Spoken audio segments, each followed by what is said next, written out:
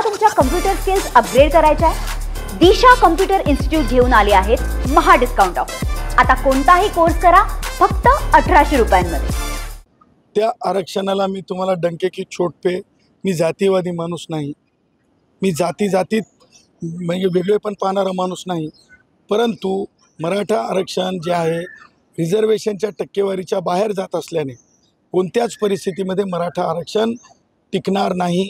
मी तर असं म्हणेल, मग काय आपले विखे पाटील असतील किंवा जे कोणी सुज्ञ मराठा असतील त्यांना मी असं म्हणेल की तुम्ही आता एक निर्णय करावा की मराठा समाजाच्या बाबतीमध्ये अनेक योजना माननीय मुख्यमंत्र्यांनी आणलेल्या आहेत।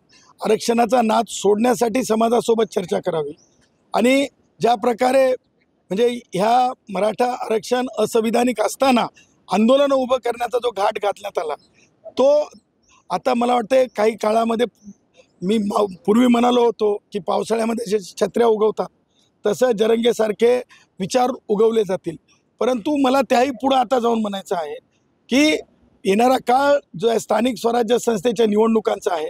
ह्या निवडणुकींच्या काळामध्ये म्हणजे जाणून बुजून राष्ट्रवादी काँग्रेसचे पुढारी शरद पवार असतील किंवा उद्धव ठाकरे असेल किंवा संजय राऊत सारखे मला एलिमेंट म्हणायचे नाहीत, हे गलिच्छ राजकारण करतील, परंतु ते आरक्षण टिकणारं नाही आहे, ते आरक्षण होऊ शकणार नाही। आणि त्याचबरोबर जे नोंदी म्हणलं जाते ना, त्या नोंदीसुद्धा ह्या म्हणजे मराठा आरक्षण म्हणून ओबीसींचं देण्यामध्ये पात्र ठरत नाहीत। त्यामुळं मला असं वाटतं की माझे मराठा भाऊ इतर म्हणजे बाबतींमध्ये म्हणजे सरकारच्या योजनांसाठी जे लाभदायक असू शकतील, परंतु आरक्षणामध्ये मात्र मी स्पष्टपणे डंके की चोट पे सांगतो ते पात्र असू शकणार नाहीत। हे माझं संविधानिक मत आहे, हे जातीयवादी मत नाही आहे। हे धर्माची लोक माणसं एकत्रित करून म्हणजे आम्ही करू, कुणीतरी ब्राह्मण मुख्यमंत्री आहे, कुणीतरी ब्राह्मण हे काय म्हणतो इंडस्ट्रियल मिनिस्टर आहे, असं म्हणून आम्ही टार्गेट करणारी माणसं नाही आहेत। आम्ही जे आहोत ते स्पष्टपणे संविधानाची भाषा बोलणारी माणसं आहोत। त्यामुळं मराठा आरक्षण किंवा नोंदीच्या आधारावर आरक्षण हे टिकणारं नाही, हे मिळणारं नाही। मनोज जरांगे पाटील म्हणतात की आम्ही आरक्षण घेतल्याशिवाय आम्ही शांत बसणार। कोण आहे मनोज जरांगे? बॅरिस्टर आहे का? नुकसान केलं विद्यार्थ्यांचं नुकसान केलं या मनोज जरांगेनं।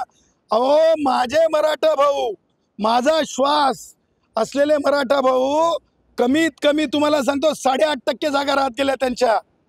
याच्यामध्ये EWSच्या आरक्षणात 5% सुद्धा नाहीत। याचं उत्तर आहे का जरंग्याकड? जरंग्याकड आता गाड्या वाढणार आहेत, कारण निवडणुकीचा सीझन आलाय। जरंग्याला आता मला म्हणायचं नाही बागुल बुवा उभा केल्यासारखा।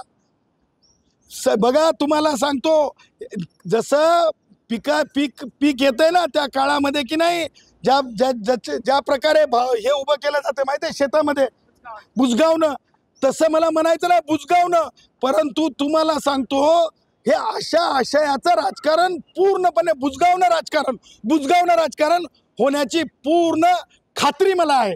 त्यामुळं जरंग्या काय म्हणतंय याला कोणी किंमत देऊ नये आणि जरंग्या मोर्चावरच्या काढून फायदा नाही।